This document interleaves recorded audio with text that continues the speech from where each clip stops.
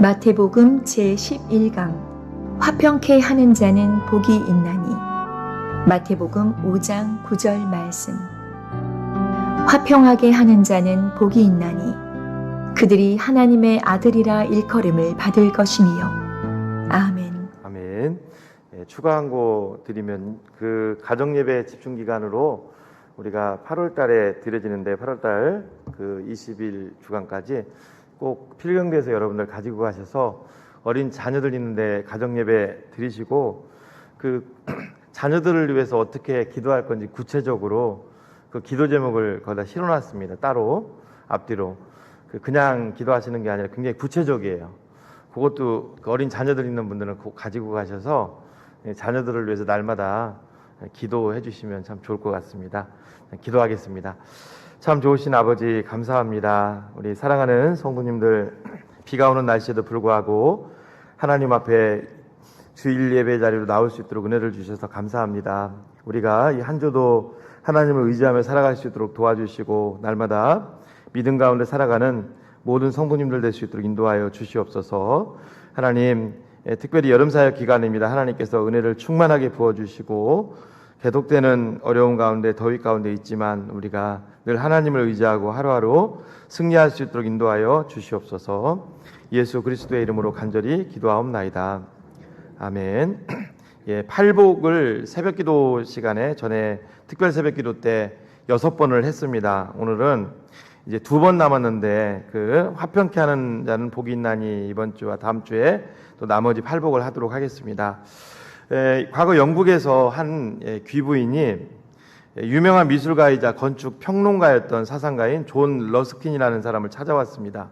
그리고 이 하얀 손수건을 펼쳐 보이면서 울상을 지었어요. 손수건을 보니까 이 한쪽에 잉크가 이제 잔뜩 묻어 있는 거였습니다. 누군가가 잉크를 쏟았다는 거예요. 그런데 그 여인의 말을 빌리면 이 손수건이 굉장히 비싼 거라는 겁니다. 최고급 실크로 이게 짠 값비싼 손수건인데 잉크가 쏟아져서 이제 이것은 이제 쓸모가 없게 됐다고 그렇게 얘기를 하는 거였습니다. 이때 존 러스킨은 이 손수건을 잠깐 나에게 좀 맡겨줄 수 있냐고 그래서 맡겼습니다. 맡기고 나중에 찾아가라고 해서 갔더니 이 손수건에 이분이 이제 술을 놓은 거예요. 아무래도 미술가니까 그걸 놓을 수 있었겠죠. 아름다운 나무와 숲과 이 새 모양을 그쪽에 잉크 쏟아진 쪽에 술을 놨는데 잉크 자국은 전혀 이제 보이지 않고 더 이전보다 훨씬 더 아름답고 고상한 손수건으로 거듭났다는 겁니다. 여러분, 오늘 본문은 이 화평하게 하는 자, 화평케 하는 자를 다룹니다. 이 화평하게 하는 자는 영어로 피스메이커인데 헬라어 원어로 보면 이게 평화를 만드는 자들이란 뜻입니다. 평화를 만드는 자들. 굉장히 이 화평케 하는 자, 화평하게 하는 자가 쉬운 게 아니에요. 이 화평하게 하는 자들은 복이 있다고 했는데 왜 이게 복이 있다고 하신 건지 하나님께서 우리에게 이 말씀을 통해서 무엇을 말씀하시는지 말씀을 통해서 그 의미를 찾아보고자 합니다. 오늘 본문이 우리에게 주는 교훈 첫 번째는요, 성도는 모든 일에 이 화평케 하는 자로 부르심을 받으셨다는 사실을 늘 깨달아야 한다는 겁니다. 여러분, 하나님께서 우리를 화평하게 하는 자로 부르셨을까요? 구약으로 한번 거슬러 가보겠습니다. 원래 하나님이 이 세상을 만드셨을 때는 하나님과 사람, 또 사람과 사람의 이 화평이라는 단어를 집어넣어서 서로 평화롭게 모든 게 화평 가운데 하나됨을 추구하셨어요. 그런데 이 땅에 죄가 이제 들어오면서 그 화평이 깨진 거예요.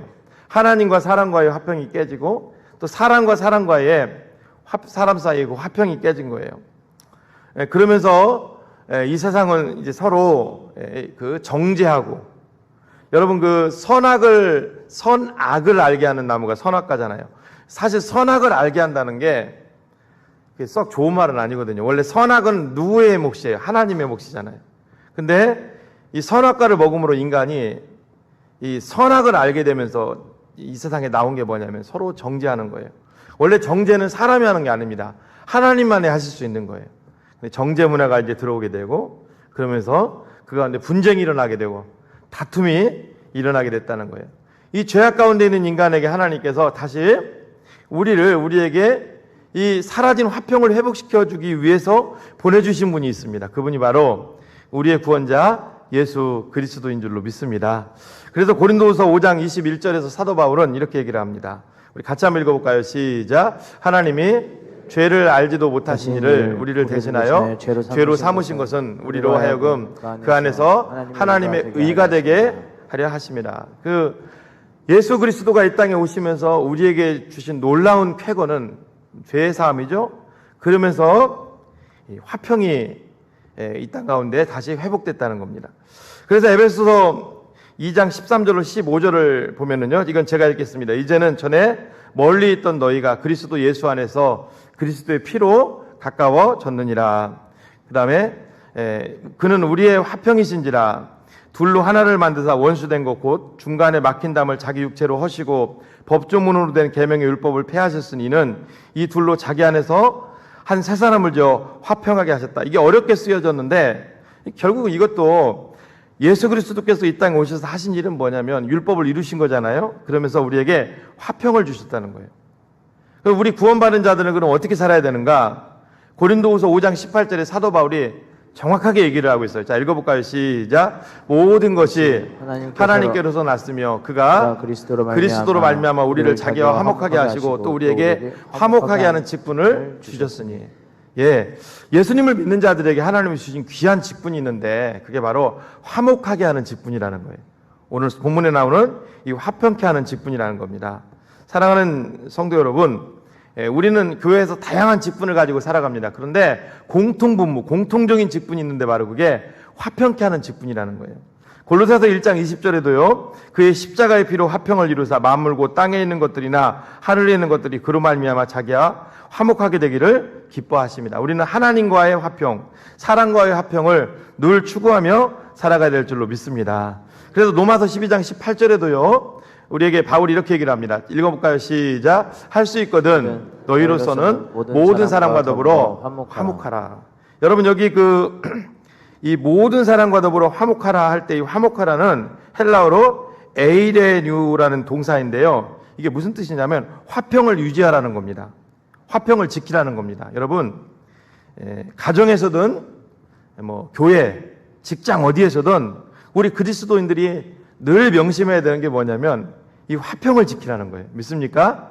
왜 화평을 지켜야 되냐면 우리는 화평을 지켜야 되는 존재가 아니라 우리는 다른 화평이 깨진 곳에 가서 화목이 깨진 곳에 가서 화목함을 이루도록 부름받은 자들이에요.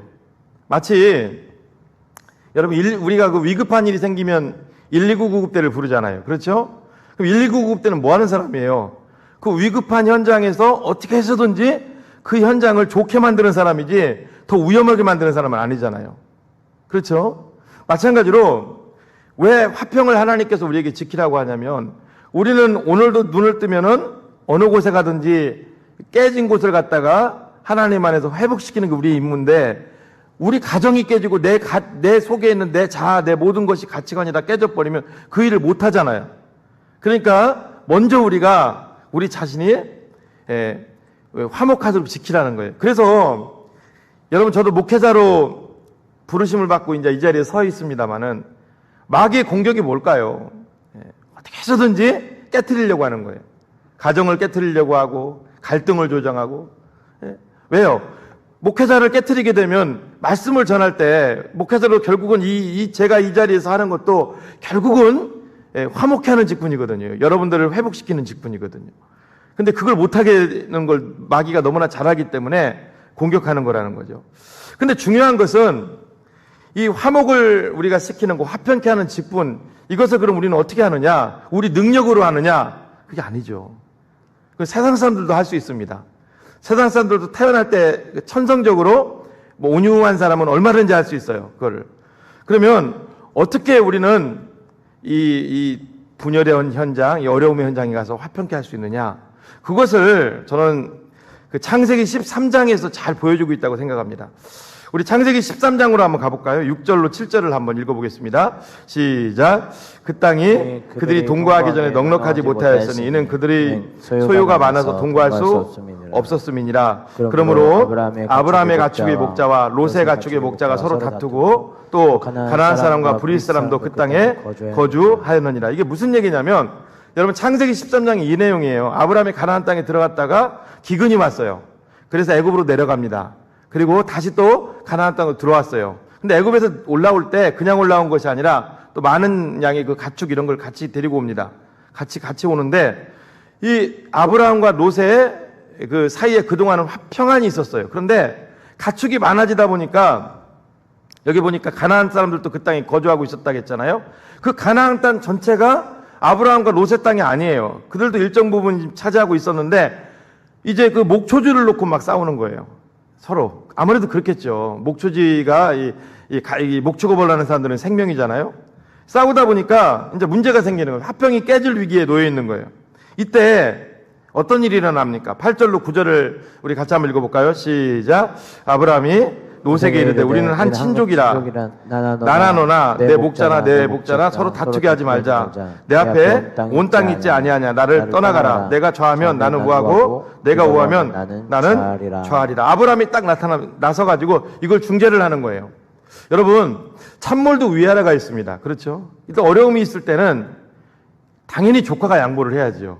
그렇죠? 제가 먼저 선택할 수 삼촌, 제가 낮은 것을 선택하겠습니다. 그런데 아브라함이 먼저 조카에게 네가 좋은 땅을 찾아가라는 거예요. 저는 이 말씀을 묵상하면서 어떤 생각이 들었냐면 우리가 그 분쟁의 자리, 다툼의 자리에 있잖아요. 그러면 양보를 해야 되는데 누가 양보를 해야 될까요? 연장자? 교회를 오래 다닌 사람? 저는 이 성경이 굉장히 우리에게 적용점을 준다고 생각합니다. 은혜 받은 사람이 양보해야 될 줄로 믿습니다. 하나님께로부터 많이 은혜 받은 사람이 양보하는 거예요. 할렐루야. 많이 받은 사람이 양보하는 거예요. 여러분 그 젊은 새 가족이 와서 그 교회 중직자, 은혜 받은 중직자하고 어떤 분쟁의 소지가 있다. 그럼 새 가족이니까 네가 양보해. 그게 아니라 은혜 받은 사람이 양보를 해야 되는 거예요. 이런 좀 정리점을 좀 찾았습니다. 자, 그러면 아브라함이 양보를 해서 이게 중재가 끝났단 말이에요. 이제 롯은 먼저 좋은 땅을 찾아서 소돔과 고모라 쪽으로 갑니다. 그럼 아브라함은 뭐 하고 있었느냐? 이제 나머지 땅을 막 찾으려고 막 돌아다니느냐? 그게 아니에요. 우리 13장 12절도 같이 한번 읽어볼까요? 시작. 아브라함은 가나안 땅에 거주하였고 롯은 그 지역의 도시들에 머무르며 그 장막을 옮겨 소돔까지 이르렀더라. 롯은 지금 좋은 땅을 찾아 막 정신없이 다녀요. 근데 아브라함은 지금 가나안 땅에 그대로 머물렀다. 이 거주하였다는 단어가 뭐냐면 히브리어 야사브라는 동사인데요. 그냥 그 자리에 그냥 거주했다는 거예요. 자, 여러분 히브리서 13장 12절까지 보면 어떤 분쟁이 있을 때 아브라함이 뛰어들어서 그 분쟁을 해결한 것처럼 보입니다. 근데 이건 세상 사람들도 할 수 있는 거죠. 그죠? 이 말씀이 여기에서 주는 게 뭘까요? 분쟁이 있을 때 그 먼저 양보하는 자가 한쪽에서 양보를 하면 분쟁은 끝난다. 이걸 보여주는 걸까요? 그게 아니죠. 이런 상황 속에서 조카 롯에게 양보할 수 있는 믿음이 어떻게 아브라함에게 생겼느냐? 이걸 오늘 13장이 보여주는 거예요. 자, 아브라함은 그 자리에 그냥 있었습니다. 롯은 정신없이 지금 이제 좋은 땅을 찾아 다니는 거예요. 자, 그러다가 13장 14절과 15절로 넘어가 볼까요? 자, 읽어봅니다. 시작. 롯이 아브라함을 떠난 후에 여호와께서 아브라함에게 이르시되 너는 눈을 들어 너 있는 곳에서 북쪽과 남쪽 그리고 동쪽과 서쪽을 바라보라. 보이는 땅을 너와 내 자손에게 주리니 영원히 이르리라. 이게 금방 떠나고서 임한 게 아니거든요. 텀이 있어요. 얼마인지 모르지만 계속 그냥 그 자리에 머물러 있는 거예요. 우리 같았으면 어때요? 속으로 욕할 수도 있어요. 그렇죠? 이놈 봐라 하면서 욕할 수도 있어요. 그런데 좋은 땅 찾아 갔으면 이제 나도 이제 나머지 땅 찾으러 이제 다녀야 될 텐데 그냥 있다는 거예요. 그때 하나님께서 어디로 가라고 알려주시는 거예요. 여러분 저는 이 히브리서 13장이 의미하는 게 뭐냐면 아브라함이 이렇게 먼저 양보할 수 있는 것은 아브라함이 천성적으로 좋은 성품이 아니기 때문에 성품이라 그런 것이 아니라 아브라함 속에는 뭐가 있었어요? 끝까지 하나님을 의지하는 믿음이 있었어요. 할렐루야. 하나님의 말씀을 붙들고 말씀이 가라고 하면 가고 말씀이 눈을 들라고 하면 들고 말씀이 인도함을 따르겠다고는 굳건한 신뢰가 있었다고요. 여러분 오늘 우리들도 마찬가지입니다.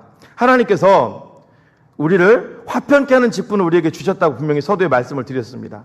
사랑하는 성도 여러분, 화평케 하는 직분은 내 힘으로 어디에 뛰어들어서 화평케 할 수 있는 것은 몇 번 할 수 있겠죠. 그것은 잠깐이에요. 지속적으로는 안 됩니다. 근데 지속적인 피스메이커가 되는 방법을 성경이 알려주는 거예요. 그것은 바로 우리의 구원자이신 예수 그리스도의 십자가의 보혈을 의지할 때 가능한 줄로 믿습니다. 늘 그래도 우리가 주님 앞에 나가서 기도하고 말씀하고 예배 가운데 있고 하나님을 의지할 때 우리는 화평의 공동체를 이루는데 귀하게 쓰임받는 우리 일꾼이 되어갈 줄로 믿습니다. 두 번째, 우리 또 한번 볼까요? 시작. 화평케 하는 삶은 예수님의 지상명령에 동참하는 가장 확실한 길입니다. 굉장히 중요한 게 이제 그 둘째, 셋째 이어지게 되는 이걸 여러분들이 잘 한번 가지고 가시기 바랍니다. 여러분, 화평케 하는 삶은 예수님의 지상명령에 동참하는 가장 확실한 길이라는 거예요. 왜? 자, 마태복음 5장 9절을 다시 한번 읽어봅니다. 시작. 화평하게 하는 자는 복이 있나니 그들이 하나님의 아들이라 일컬음을 받을 것이며. 화평하게 하는 자에게 하나님이 복을 주시는데 어떤 복을 주신다고요? 하나님의 아들이라 일컬음을 받는데요. 여러분이 하나님의 아들이라 일컬음을 받는다는 것을 원어로 보면 너는 하나님의 자녀야. 하나님의 자녀가 맞아, 네가 한 것. 그 하나님의 자녀의 합당한 자로 인정을 받게 된다는 거예요. 여러분, 하나님의 우리가 아들이라 인정받으면 어떻게 될까요? 이것도 성경에서 찾아봐야 돼요. 짝을. 로마서 8장 17절에 보면 이런 말씀이 있어요. 제가 읽어볼게요. 자녀이면 또한 상속자 곧 하나님의 상속자요 그리스도와 함께한 상속자니 우리가 그와 함께 영광을 받기 위하여 고난도 함께 받아야 할 것이니라. 그러니까 우리가 화평케 하는 삶을 살게 되면 하나님의 자녀로서 인치심을 받게 되고 인정을 받게 되고, 그럼 우리는 하나님의 자녀이기 때문에 그 상속자로서의 나중에 상을 받게 된다는 거예요. 자, 여러분에게 한번 여쭤볼게요.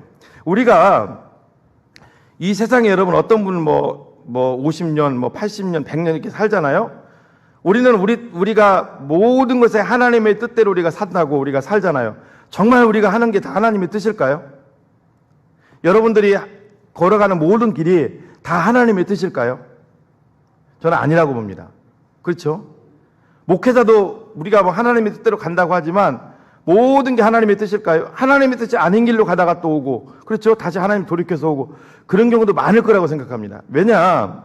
사도 바울도 여러분, 그 성경에 보면은요, 그런 예가 나오죠. 바울은 하나님께서 유럽에 선교사로 쓰기를 원하셨어요. 그런데 유럽의 박해도 심하고 그러니까 그 아시아 쪽으로 가잖아요. 바울이. 그렇죠? 그때 하나님께서 마케도니아 환상을 통해서 다시 유럽으로 유턴을 시킵니다. 그렇죠? 바울도 그랬다면 우리도 이 땅을 살아가면서 우리는 내가 가는 모든 이 길이 하나님의 뜻이라고 생각을 하겠지만 아닐 수도 있다는 거예요. 아니면 아무래도 하나님의 상하고는 좀 거리가 있겠죠. 그런데 확실한 거 하나는 화평케 하는 자는 화평하게 하는 자는 복이 있나니 하나님의 아들이라 일컬음을 받을 것이요. 화평하게 하는 사역만큼은 100% 하나님의 뜻이라는 거예요. 믿습니까? 100%. 왜? 예수님도 이 땅에 오셔서 핵심 사역이 그 화평하게 하는 사역이고, 화평하게 하는 사역은 100% 하나님의 뜻입니다. 여러분, 우리가 살아가면서 모든 것에 하나님의 뜻을 우리가 찾아가면서 산다는 게 쉽지 않습니다. 그런데 예수님이 알려주잖아요. 100% 화평하게 하는 자는 하나님의 아들이라 일컬음을 받을 것이다. 그러면 그것은 상으로 이어질 거라는 거예요. 사랑하는 여러분, 우리가 이 땅을 살면서 하나님의 뜻대로 산다는 게 쉬운 게 아닙니다. 사실 설교자인 저도 말씀을 선포하고 말씀대로 사십시오 그러면 일주일 지나면 또 다 잊어버려요. 이게 왜 그러냐면 쉽지가 않아요, 산다는 게. 그 마태복음 7장에 보면 집에 대한 비유가 나와요. 모래 위에 짓는 집과 반석 위에 있는 집이에요. 이거 우리나라 정서로서는 이해가 잘 안 돼요. 이스라엘 가보니까 산 위에 그 집들을 많이 지어놨더라고요. 무슨 얘기냐면 산 위에 집을 지으려면 그거 다 건축자재 올려서 집을 지으려면 어렵겠죠. 그러다 보니까 돈 없는 사람들은 엄두도 못 내는 거죠. 밑에다가 이제 집을 지면 어느 날 이제 홍수, 폭우가 쏟아지면 다 쓸려 내려가죠. 예수님이 이제 그 비유를 한 건데, 여러분 마태복음 7장 24절을 같이 한번 읽어볼까요? 우리 좀 띄워주시고 시작. 그러므로 누구든지 나의 이 말을 듣고 행하는 자는 그 집을 반석 위에 지은 지혜로운 사람 같다 그랬습니다. 그러니까 어려워도 반석에다 집을 짓는 사람은 나중에 비가 오고 창수가 나도 떠내려가지 않는다. 그 비유를 하면서 하나님의 말씀을 듣고 행하는 자들은 지혜로운 사람 같다. 왜 지혜로울까요? 나중에 그 상이 있잖아요, 하나님께로부터. 여러분, 우리가 하나님의 일을 우리가 한다고 하는데 하나님의 일을 한다고 하는데 어떤 게 때로는 하나님의 일인지 모를 때도 많아요. 우리가 가는 길에. 그런데 확실한 거 하나 있어요. 그 뭐냐면 화평케 하는 삶이에요. 화평케 하는 삶. 교회가 어려울 때 교회를 분열시키면 안 됩니다. 화평케 해야 돼요. 믿습니까, 여러분? 가정이 어려울 때 가정을 깨트리면 안 돼요. 가정을 회복시키는 데 우리가 쓰임받아야 될 줄로 믿습니다. 직장 공동체 모든 것 가운데 우리는 화평케 하는 자로 쓰임받아야 돼요. 믿습니까? 여러분, 예수님은 마태복음 5장 39절로 42절에 이런 말씀하셨어요. 누군가가 오른편 뺨을 치면은 너도 오른편 뺨을 치라고 하지 않았습니다. 왼편 뺨을 돌려대라 그랬어요. 속옷을 가지고 속옷 달라고 하면 겉옷까지도 벗어주라 그랬어요. 그렇죠? 자, 그러면 여러분, 이게 쉽냐는 거예요. 여러분, 오른편 뺨을 누가 때렸는데 왼편 뺨 내놓기가 쉽습니까? 정말로 기독교인이라도 이게 쉽지가 않아요. 그런데 우리는 그 일을 해야 된다는 거예요. 왜? 하나님께서 우리에게 주신 직분은 분쟁을 일으키는 직분이 아니라 화목케 하는 직분을 주셨기 때문인 줄로 믿습니다. 그래서 고린도후서 5장 18절에 보면 모든 것이 하나님께로부터 났으며 그가 그리스도로 말미암아 우리를 자기와 화목하게 하시고 또 우리에게 화목하게 하는 직분을 주셨다고 했습니다. 여러분들은 화평케 하는 자입니까? 아니면 오히려 화평을 깨트리는 자입니까?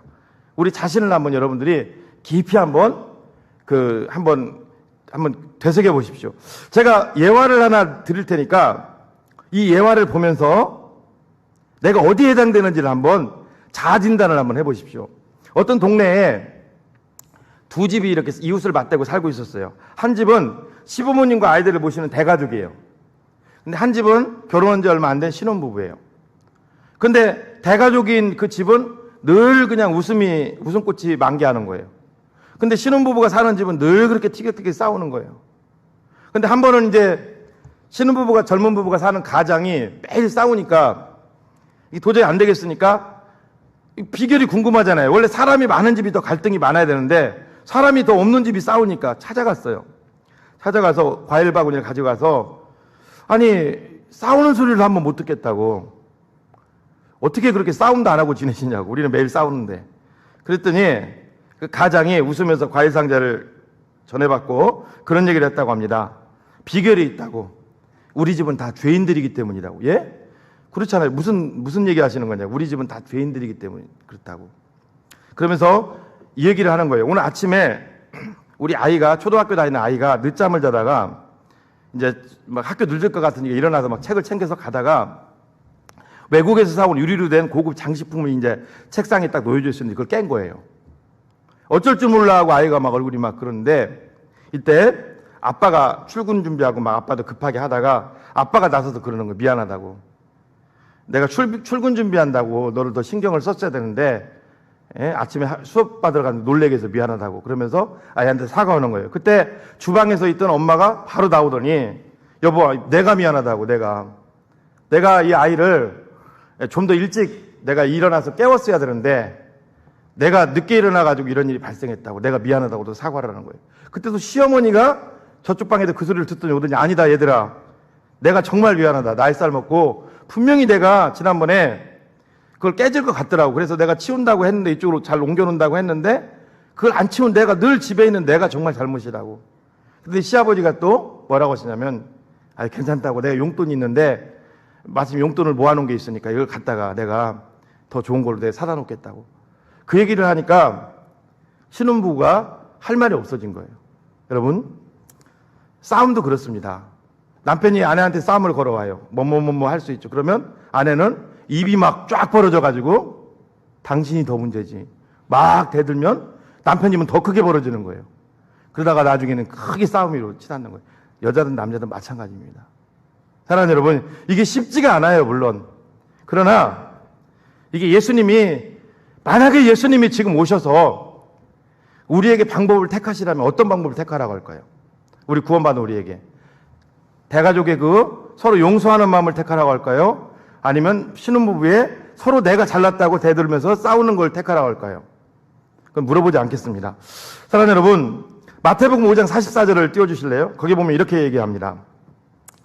시작. 나는 너희에게 이르노니 너희 원수를 사랑하며 너희를 박해하는 자를 위하여 기도하라. 예수님은 이게 다 화평케 하는 직분이거든요. 너희 원수까지 사랑하래요. 너희를 박해하는 자를 위해서 기도하래요. 이게 쉬울까요? 어려울까요? 어렵습니다. 어려워요. 제가 새벽에 제가 이전에 있던 목회지 가서 이제 목회를 하다가 노회 중에 노회 제일 큰 교회를 담임하는 그 교회가 있었어요. 근데 사모님이 저희 아내한테 하는 얘기를 제가 옆에서 듣고 그때 이제 못 들은 분도 있기 때문에 한 번 더 말씀을 드리면 그 얘기 하더라고요. 목회를 하다 보면 굉장히 큰 그 가족끼리 개척했는데 교회가 굉장히 큰 교회를 하신 분들이에요. 교회를 하다 보면 굉장히 목사님 사모님을 힘들게 하는 분들도 있을 거다. 분명히 있을 거다. 그러면 무조건 하나님 앞에 기도해라. 무조건 하나님 앞에 기도해라. 그를 위해서. 저는 속으로 그랬어요. 여러분, 한번 여쭤볼게요. 여러분 정말 누가 중상모략하고 누가 여러분 힘들게 하고 그러면 그분을 위해서 정말 눈물로 기도할 수 있어요? 말은 한다고 하지만 쉬워요? 더 쉬워요. 조는 분이 있을 것 같아서 쉬워요? 더 쉬워요? 어렵죠. 정상적인 사람이라면 어렵다고요. 그렇죠? 그렇잖아요. 사람은요, 저부터도 누가 지켜주고 조그맣게라도 칭찬해주면 그 기분이 좋아요. 그런데 기분 나쁜 소리 하면요, 기분이 이렇게 좋았다가도 그냥 깔아진다고요. 근데 그 사모님의 얘기를 들으면서 이런 그릇을 가졌기 때문에 어떻게 보면 이렇게 또 목회를 지금까지 하셨구나 그런 생각도 좀 들었어요. 사랑하는 성도 여러분, 꼭 기억하십시오. 우리는 화평케 하는 자로 하나님이 부르심을 받은 자들인 줄로 믿습니다. 어느 곳에 가든지 내가 들어간 자리는 깨지면 안 돼요. 여러분, 제가 말씀을 드렸잖아요. 목회를 이렇게 어느 정도 규모 있게 하신 목사님들 존경한다. 이게 쉬운 게 아닙니다, 여러분. 절대 쉬운 게 아닙니다. 여러분 생각해 보십시오. 갈 때 다 가고 할 말 다 하고 뭐 마음대로 하고 그럼 하나님이 그 영혼을 맡기시겠어요? 천만의 말씀입니다. 사랑하는 성도 여러분, 저는 목자도 마찬가지고 교회 중직자도 마찬가지, 다 마찬가지로 생각합니다. 우리 성도도 마찬가지고 지금까지는 우리가 어떤 삶을 살았는지가 중요하지 않습니다. 앞으로 중요한 것은 가정에서 남편으로 아내로 또 직장에서 공동체에서 교회에서 항상 우리가 기억하셔야 되는 게 하나님이 저와 여러분들을 화평케 하는 자로 부르심을 우리가 부르셨다는 사실을 잊지 않으시는 저와 여러분들 되시기를 주님의 이름으로 축복합니다. 예. 내가 간 자리마다 보십시오. 제가 사역자예요. 제가 간 자리마다 분열이 일어나고 사분 오열되고 사분 오열되고 그러면 사역하겠어요? 그렇잖아요, 여러분.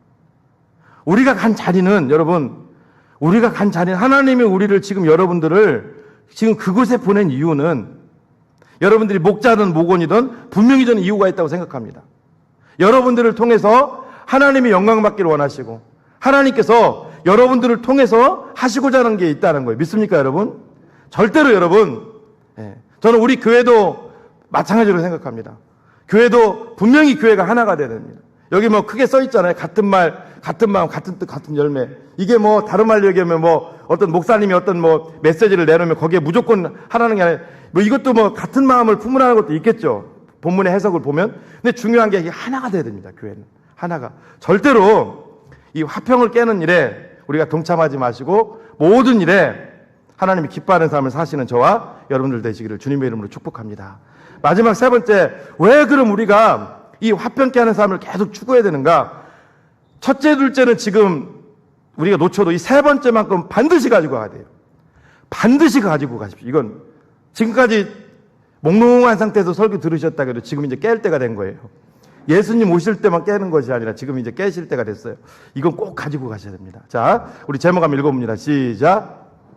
화평케 하는 삶은 우리의 삶 속에 가장 큰 에너지를 가져다 줍니다. 예, 여러분, 세상은요 탁월하게 어떤 능력, 어떤 그런 걸 가질 때 잘 된다고 합니다. 물론 그리스도인들도 맞아요. 그걸 제가 무시하라는 거 아니에요. 뭐 그리스도인의 아이들이 있으면 야 공부하지 마, 하나님만 믿어. 저 그거 원치 않습니다. 저는 고등부 아이들도요. 어떤 분들은 뭐 아침부터 저녁까지 아무것도 하지 말고 공부만 해야 돼. 저는 공부도 아침부터 저녁까지 무슨 교회만 막 있어야 돼. 근데 공부도 여러분 하나님 일입니다. 예, 오전에 또 열심히 예배 드리고 또 막 수험생이면 가서 공부해야죠. 예. 근데 여러분, 세상은 탁월한 능력과 어떤 프로그램, 어떤 그런 것들을 통해서 성공하려고 합니다. 그러나 우리는요, 물론 이것도 중요하지만 잘 들으십시오. 하늘로부터 오는 능력을 입어야 돼요. 믿습니까? 하늘로부터 오는 능력을 입어야 될 줄로 믿습니다. 여러분, 광야에서 이스라엘 백성들 하나님 인도할 때 하나님이 굉장히 우선시했던 게 뭐예요? 하늘로부터 오는 능력이잖아요. 그 하늘로부터 오는 능력을 우리는 그럼 어떻게 입어야 되는가? 우리가 잘 아는 말씀 하나 띄워드릴게요. 이사야서 40장 31절이에요. 자, 이 말씀을 읽기 전에 이사야서의 배경은 아무 소망이 없어요. 이제 바벨론의 포로로 끌려가야 되고 아무 소망이 없어요. 이제 성전이 무너져 버렸어요. 언약궤도 어디 있는지 몰라요. 아무 소망이 없는데 그들에게 주신 귀한 메시지예요. 이사야 40장 시작. 오직 여호와를 악망하는 자는 새 힘을 얻으리니 독수리가 날개치며 올라감 같을 것이요 다른 박질하여도 곤비하지 아니하겠고 걸어가도 피곤하지 아니하리로다. 여러분, 여기 여호와를 악망하는 자에게 하나님이 새 힘을 준대요. 이 새 힘은요, 이 세상의 힘이 아니요, 전혀 예기치 못하는 힘이에요. 전혀 예기치 못하는, 우리가 생각하지 못하는, 마치 예레미야 33장 3절에 보면 너는 내게 부르짖으라 내가 알지 못하는 기한 그 은밀한 일을 내게 보이리라. 여러분, 홍해바다가 갈라질 줄 누가 알았겠어요? 하나님은, 저는 이 새 힘을 갖다가 은혜라고 표현하고 싶습니다. 그러니까 은혜는 여러분 내가 끌어내려서 되는 게 아닙니다. 하나님이 일방적으로 주시는 거예요. 믿습니까 여러분? 하나님이 주시는 거라고, 이게 일방적으로. 여호와를 악망하는 자는 새 힘을 주신대요. 그런데 제가 어저께도 이제 우리 김인재 목사님 오늘 사회 봤지만 금요예배 때 설교를 들으면서 굉장히 이제 은혜를 받았어요. 여러분, 그 설교가, 이 설교를 들으면 주석에 다 있어가지고 그걸 보고 어떤 목사님이 설교문을 들고 읽는 게 아닙니다. 신학은요, 목회자들에게 있어서 신학은 이단으로 치우치지 않기 위해서 그걸 뼈대를 잡아주는 거고, 실질적으로 설교에서 주는 영의 양식은 여러분 이게 하나님 위해서 내려주셔야 돼요. 저도 이게 목사님들이 설교 들 때 은혜를 많이 받는데, 여기 오직 여호와를 악망하는 자는 새 힘을 얻는다 했는데, 새 힘은 언제 어떤 사람에게 주느냐? 여호와를 악망하는 자. 우리가 언뜻 읽으면 그냥 바라는 자 이렇게 생각되지만, 이걸 원어로 보면 이게 히브리어 카와라는 단어입니다. 카와, 악망하다. 이게 무슨 뜻이냐면 기다린다는 거예요. 잠잠히 기다린다는 거예요. 어떤 가운데서? 전제 조건이 있어요. 화평을 깨지 않는 가운데서. 여러분, 성도가요, 여러분 일에 하나님의 축복을 받으려면 반드시 전제 조건이 있는데 화평 깨면 안 돼요. 마귀가 이걸 너무 잘 알기 때문에 우리 삶 속에서 마귀가 뭘 노리겠어요, 여러분? 여러분들이 만약에 어떤 아프리카 가서 사냥을 한다면, 호랑이를 잡는다면 뭐 발 같은 데 오만 개 쏘겠어요? 급수를 쏠 거 아니에요, 머리 같은 데. 그렇죠? 당연하지, 마귀도 여러분 급수를 노릴 거 아닙니까? 급수를. 그러면 마귀는 우리 그리스도인들에게 있어서 어디가 급수인지를 정확하게 알아요. 여러분, 우리 그리스도인들에게 급수 중에 하나가, 강력한 급수가 있는 게 뭔지 아세요? 화평 깨지는 거예요. 화평 깨지면 우리는 끝장나는 거예요. 목사님이 그러니까 저도 굉장히 조심합니다. 가정에서 굉장히 조심해요. 가정에서도 계속 스멀스멀 막 화나게 조장하고. 생각해 보십시오. 제가 교육자들하고 문 하나 차이로 이렇게 같이 있잖아요. 뭐 이렇게 마음에 안 든다고 막 다 있는 데서 매일 막 소리나 지르고 막 혈기나 부리고 그러면 이게 사역이 되겠어요? 안 되죠. 여러분 꼭 기억하십시오. 왜 이게 사역이 안 되냐면 그냥 그 교육자들이 싫어서 그게 안 되는 게 내 속에 화평이 다 깨지는 거잖아요. 여러분 꼭 기억하십시오. 마귀는 오늘 여러분들이 설교를 딱 듣고서 문 앞에 나감과 동시에 반드시 여러분들에게 하시는 게 뭐냐면 화평을 깨려고 할 거예요. 반드시 화평 깨려고 합니다. 반드시. 교회도요, 그런 얘기가 있어요. 500명 될 때 깨트리려고 하고 1000명 될 때 깨트리려고 하고 교회가 성장하려고 하면 반드시 그걸 마귀가 분열을 시키기 힘들게 한다고. 왜? 화평이 깨지면 말씀드렸잖아요. 하늘로부터 오는 새 능력, 하나님의 은혜가 쉽게 우리에게 임할 수가 없어요. 내가 지금 이게 어수선한데 그게 됩니까? 내가 죄하고 얼룩져 있는데. 그래서 히브리서 12장 14절에 히브리서 기자가 이런 얘기를 했어요. 자, 읽어볼까요? 시작. 모든 사람과 더불어 화평함과 거룩함을 따르라. 이것이 없이는 아무도 주를 보지 못하리라. 우리는 모든 사람과 더불어 늘 화평함과 거룩함을 따르라 추구하라는 거예요. 이것이 없이는 주를 보지 못한다는 것은 하나님을 경험하는 삶, 하나님을 체험하는 삶이 우리 가운데 지속될 수 없다는 거예요. 여러분, 요셉이 성공한 이유, 아브라함, 모세 이런 사람들의 특징의 공통분모가 뭐예요? 다 하나님과의 교통이에요. 예수님, 다 하나님과의 교통이에요. 우리도 마찬가지입니다. 하나님 성도에게 있어서 하나님과의 교제가 빠져버리면 우리 종교 활동 안 되니까요. 종교 활동합니다. 종교 활동. 교회 다니는 건 똑같이 보여요. 근데 속에 생명력이 없어. 생명이 없다 보니까 목회자도 말씀을 전할 때 생명이 없는 거고 성도들도 생명이 없는 거고 생명이 없으면 변화가 안 일어나겠죠. 사랑하는 성도 여러분, 꼭 기억하십시오. 마귀는 어떻게 해서든지 우리 속에 이 화평을 깨려고 하는 거예요. 자, 제가 이 얘기를 했으니까 예화를 하나 가지고 와봐야 되겠죠. 성경에서 찾아보겠습니다. 사무엘상 17장을 보면 다윗이 나와요. 그렇죠. 다윗과 골리앗의 싸움이 나옵니다. 자, 전투가 길어지니까 사울과 부대들은 지금 쩔쩔매고 있어요. 골리앗 앞에서. 다윗의 아버지 이새가 궁금하잖아요. 형들이 어떻게 됐는지. 도시락 싸고 가서 보고 오라고. 다윗이 가서 보니까 지금 사울과 이스라엘의 부대가 딱 대치를 하고 있는데 엘라 골짜기를 사이에 두고 그 온갖 골리앗이 온갖 말로 다 퍼붓는데 이 골짜기 사이에 다 들리거든요. 이 구렁이 있으니까 이스라엘은 꼼짝도 못하고 있는 거예요. 다윗이 화가 머리끝까지 난 거예요. 아니 저 할례 받지 못한 저놈이 지금 어떤 놈인데 하나님을 욕해? 하나님의 거룩한 백성을 욕해? 그리고 골리앗과 싸우러 가려고 하는데 그 앞을 딱 가로막는 사람이 있어요. 누굴까요? 자, 사무엘상 17장 28절을 같이 읽어볼까요? 시작. 큰형 엘리압이 다윗이 사람들에게 하는 말을 들은지라 그가 다윗에게 노를 바라 이르되 네가 어찌하여 이리로 내려왔느냐? 들에 있는 양들은 누구에게 맡겼느냐? 나는 내 교만과 내 마음의 완악함을 아노니 내가 전쟁을 구경하러 왔다. 이게 중상모략이에요. 전혀 말이 아니잖아요.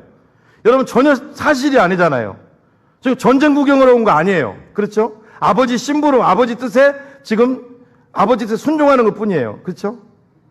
여러분 만약에요 이 말을 듣고 다윗이요 해명을 했다던가 해명을 하면 어떤 일이 날까요?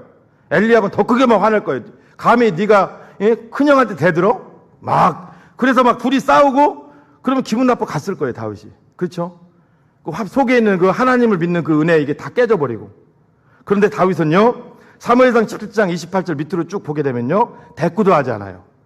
그리고 바로 골리앗 앞에 갑니다. 그리고 골리앗을 향해서 너는 창과 칼과 단창으로 내게 무장하고 나아오거니와 나는 만군의 하나님 여호와 이름으로 내게 나아가노라. 여러분 그 에너지, 강력한 에너지가 지속될 수 있었던 비결을 찾으라는 거예요. 거기서 만약에 큰형 엘리압과 싸웠더라면 그거 다 무너졌을 거예요. 마귀가 오늘 저와 여러분들에게 노리는 게 그거라는 거예요. 어떻게 해서든지 가정의 화평을 깹니다. 교회 화평을 깨고요, 공동체 화평을 깨고요, 직장에서 화평을 깨고요. 그래서 하나님의 자녀다운 삶을 살지 못하게 만들어요. 항상 기억하셔야 된다는 거예요, 여러분. 근데 그 화평을 유지하는 방법은 제가 서두부터 말씀드린 내 힘으로 되는 게 아니에요. 예수 그리스도의 십자가의 능력을 의지할 때 가능할 줄로 믿습니다. 여러분 부부싸움 아무리 안 해보려고 해보십시오. 안 됩니다, 여러분. 안 된다고요. 한쪽에서 내려놓지만. 자, 아브라함이 조카 노색에 양보할 수 있었던 이유는 그 뒤에 제가 설명해 드렸잖아요. 하나님을 믿는 믿음이에요. 하나님을 믿는 믿음이라고요. 그렇습니다. 사랑하는 여러분, 저는 이사야서 45장 22절 말씀을 제 카톡에 이제 딱 프로필에 딱 해놓고 다니는데 굉장히 중요한 말씀이 있습니다. 이건 개역 한글판으로 좀 읽어봐야 돼요. 같이 읽어볼까요? 시작. 땅의 끝에 모든 백성아 나를 앙망하라. 그리하면 구원 얻으리라. 나는 하나님이라 다른 이가 없습니다. 굉장히 중요한 말씀입니다. 모든 일은 여러분 하나님의 은혜로 되어질 줄로 믿습니다. 이게 스펄전 목사님이 붙들었던 말씀이거든요. 여러분 마귀는 오늘날 나보다 나를 더 잘 알아요. 우리 가정도 더 잘 알고 우리 연약한 부분 급수를 너무너무 잘 알아요. 그러니까 마귀는 어떻게 해서든지 사람들을 이용해서 상황을 만들어서 화평을 깨려고 할 거예요. 근데 중요한 것은 화평케 하는 자는 복이 있다 그랬어요. 근데 그 화평은 원어로 뭐라고 그랬죠? 화평은 만들어가는 거예요. 쉽지 않다고 해요. 만들지 못하는 상황 속에서 그걸 만들어가는 거예요. 여러분 우리가 어떻게 힘든 일, 누가 나에게 중상모략하고 나를 힘들게 하는데 화를 안 낼 수가 있습니까? 근데 에베소서 4장 26절에는 화를 내래요. 분을 낼 수 있어요. 그래 해가 지도록 분을 품지 말라고. 왜 그래요? 계속 분을 품으면 하늘로부터 오는 신령한 능력이 내게 임하지 않기 때문에 결국 나만 손해잖아요. 말씀을 마무리하려고 합니다. 사랑하는 여러분, 과거 일본에서 젊은 부부가 이 자파상을 냈어요. 근데 자파상이 너무 잘 되는 거예요. 너무 잘 되고 사람들이 줄 서서 사가는 상황까지 벌어졌어요. 배달도 막 폭주했어요. 그래서 막 트럭까지 구입해서 막 이제 배달도 나가고 돈을 많이 벌게 됩니다. 아내와 남편이 이제 자파상이 커지니까 자파상을 이제 넓히려고 막 지금 구상을 하고 있는데, 어느 날 잠자리에 들기 전에 이 아내가 남편에게 할 얘기가 있다 그랬어요. 여보, 무슨 얘기인데? 우리 자파상 넓히려고 하는 거 하지 말자고. 에? 자파상 오히려 축소시키자고. 트럭 팔자고. 무슨 얘기냐고. 여보, 이 두 부부가 하나님을 잘 믿는 사람이었어요. 예수님을 잘 믿는 사람. 일본에서 이렇게 독실한 크리스천들 드물 거예요. 여보, 우리 가게가 잘 되는 건 너무 좋은데 주변의 자파상들이 지금 너무 힘들어해. 그리고 우리 처음에 여보, 이 자파상을 처음에 할 때 그분들이 얼마나 우리 많이 도와줬어. 그런데 지금 관계가 너무 깨지고 있다고. 여보, 이것은 하나님의 뜻이 아니야. 그때 일반적인 남편이라면 딱 스톱시키고 그만하지 말라, 그런 말 하지 말라고. 돈도 다 때가 있다고, 버는 것도. 그렇잖아요. 정상적인 사람이 귀 딱 막아버리고 못 들은 걸로 학교 가버렸을 거예요. 그냥. 그런데 남편이 뭐라고 한 줄 아세요? 나 하나님께 감사한다고. 에? 하나님께 감사한다고. 당신 같은 현숙한 여인을 나에게 아내로 주신 하나님께 감사한다고. 당신 말이 맞다고. 우리는 그리스도인이야. 여보, 우리 자파상 넓히려고 한 거 하지 맙시다. 트럭 다 팔고. 그때부터 뭐 한 줄 아세요? 손님들이 살아오면, 손님들이 가게에 꽉 차잖아요? 있으면 옆에 가게도 다 이런 물건이 있으니까 다 알려주고, 노하우도 알려주고, 다 글로 보내는 거예요.